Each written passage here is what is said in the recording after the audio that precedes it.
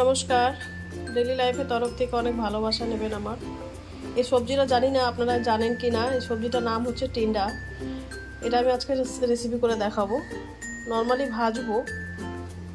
এটা আমাদের বাঙালিতে কি বলে জানি না, বাইরে এটাকে টিন্ডাই বলে।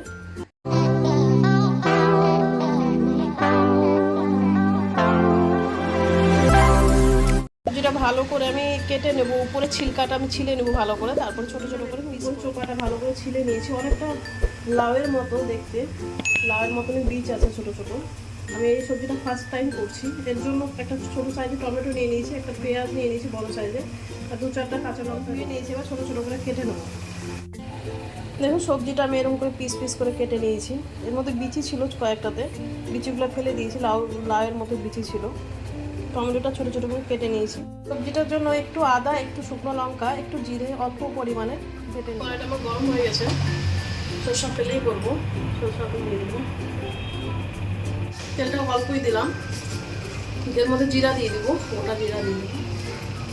সরষা তেল খুব অল্প পরিমাণে খাপটা দিয়ে দেবো।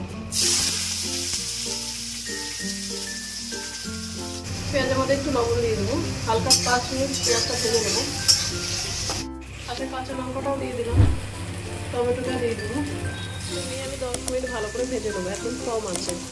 পেঁয়াজটা ভাজা হয়ে গেছে, এর মধ্যে মশলাটা দিয়ে দেবো। মশলাটা একটু ভালো করে ভেজে নেবো 5 মিনিট।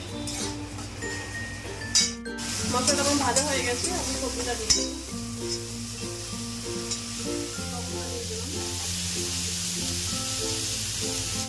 হলুদটা দিয়ে দিলাম, ভালো করে 5 মিনিট নাড়াচাড়া করে দেবো। সবজিটা ভালো করে ভেজে নিলাম, একটু জল দিয়ে দেবো।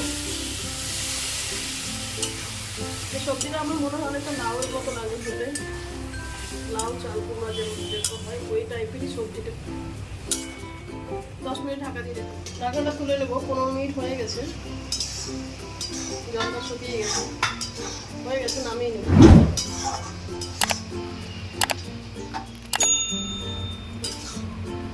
আমি একটু টেস্ট করে দেখলাম, খেতে কিন্তু খুব সুন্দর, ভালো লাগছে খেতে, খেতে টেস্ট আছে। আপনারা